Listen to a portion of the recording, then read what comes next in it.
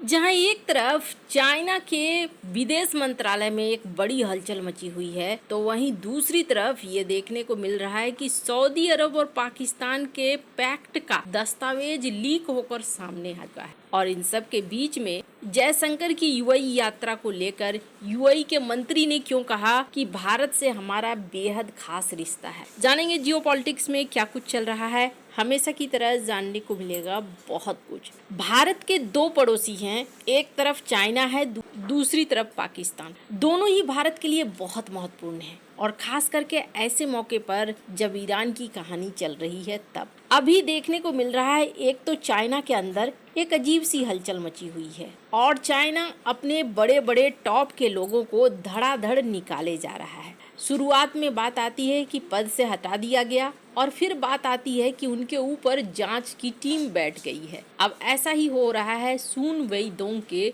साथ। अगर इनके बारे में नहीं पता है तो मैं आपको बता दूं, ये जब भारत में राजदूत थे तभी गलवान का कांड भारत के अंदर हुआ था, और उस समय ये बड़े कठोर शब्दों का इस्तेमाल करते थे और चाइना का पक्ष रखते थे कि चाइना किस तरीके से सही है और पाकिस्तान किस तरीके से गलत कर रहा है। ये दौर और वो दौर अलग था। अभी फिलहाल इनको भारत से जब हटाया गया तो इन्हें बना दिया गया उप विदेश मंत्री, यानी कि एक बेहद खास पोजीशन, और खास करके इनके हाथों में एशिया का पोर्टफोलियो दिया गया। भारत के साथ जो सीमा वार्ता हो रही थी वो भी इनके हिस्से में रहा। चूंकि काफी समय तक ये भारत में रहे थे तो भारत का इनको अच्छा खासा अनुभव भी हो चुका था। इस अनुभव के आधार पर ही बॉर्डर के कलेश मिटाने के लिए इनको आगे रखा जाता था, लेकिन अब अचानक से इनको हटा दिया गया है। और क्यों हटाया गया, कब हटाया गया, ये तो कुछ नहीं बताया गया। पर चाइना के विदेश मंत्रालय की वेबसाइट से पता चला कि उनकी आखिरी सार्वजनिक गतिविधियां 13 मार्च को थी,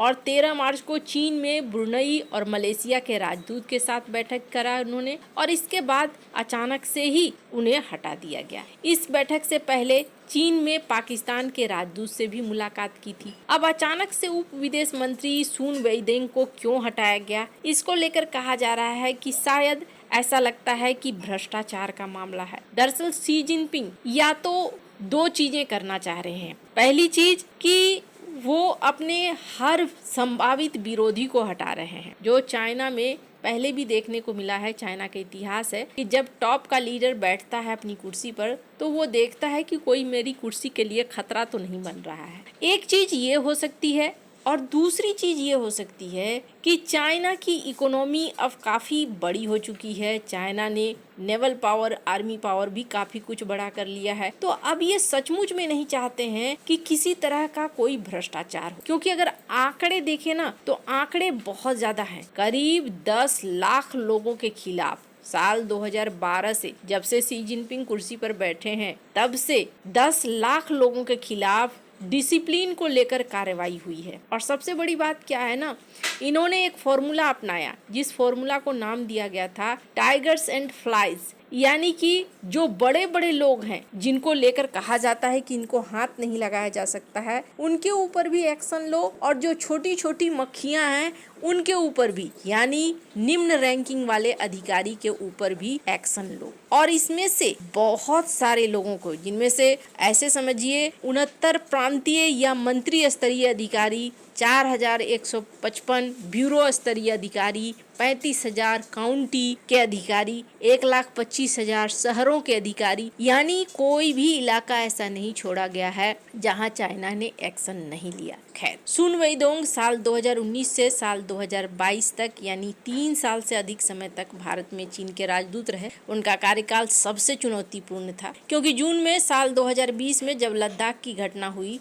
तब वेइदोंग भारत में ही थे। अब चाइना के अंदर ये पहला ऐसा नहीं है कि हलचल मचा हुआ है, इस तरह के हलचल और भी मचे हुए हैं। रॉकेट साइंस, बहुत सारे मिसाइल साइंटिस्ट, उन सब विभागों में भी वैसे ही देखने को मिल रहा है कि चाइना ताबड़तोड़ अपने विभाग में छटनी कर रहा है। वैसे जब टॉप के लीडरशिप हटते हैं ना तो बहुत जल्दी चीजों को संभाल पाना आसान नहीं होता है। ऐसे में चाइना क्या सचमुच किसी युद्ध को लड़ने के लिए तैयार है, ये तो देखने वाली बात होगी। पर अभी एक चीज और देखने को मिल रही है, ये तो रही भारत के एक पड़ोसी की बात। दूसरा पड़ोसी पाकिस्तान के अंदर एक छटपटाहट है और पाकिस्तान चाहता है कि जल्द से जल्द ये मामला निपट जाए, ईरान, इजराइल, अमेरिका के बीच में सुलह हो जाए। और ऐसा चाहने के पीछे एक बड़ा कारण है और वो एक लीक हुई रिपोर्ट बता रही है कि पाकिस्तान क्यों एक बड़ी दुविधा में फंस गया है। अभी ये भी देखने को मिला कि जब पाकिस्तान के अंदर बैठकें हो रही थी तब पाकिस्तान अपने फाइटर जेट, अपने उपकरण और कथित तौर पर सेना की कुछ जवानों को भेज रहा था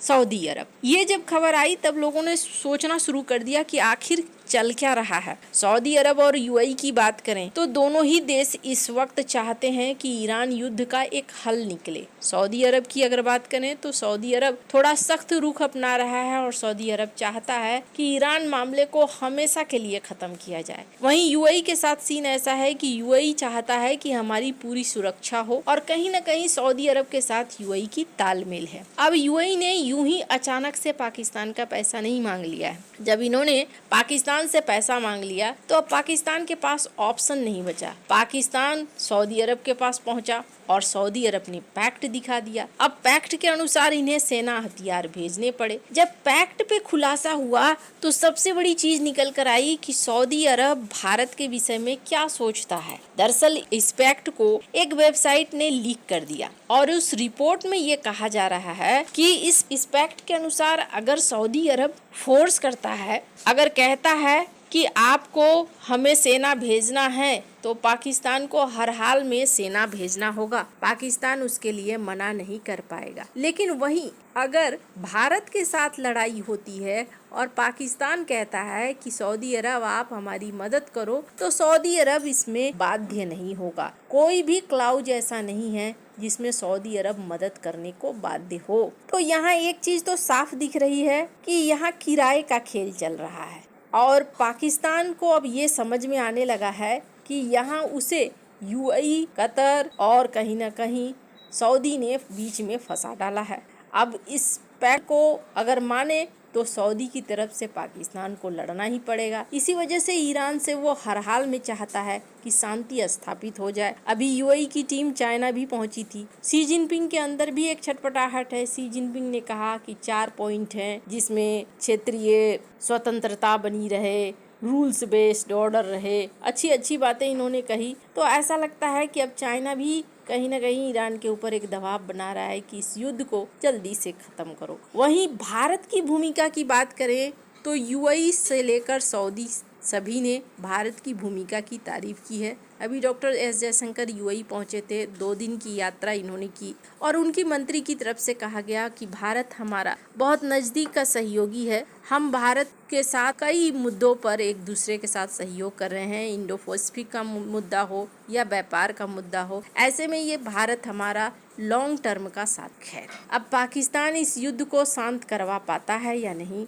ये देखने वाली बात होगी, वरना कहीं पाकिस्तान ही सीधे ना फंसे। आपको क्या लगता है? कमेंट कर अपनी राय जरूर बताएं। जल्द मिलते हैं अगले वीडियो में नई खबर के साथ।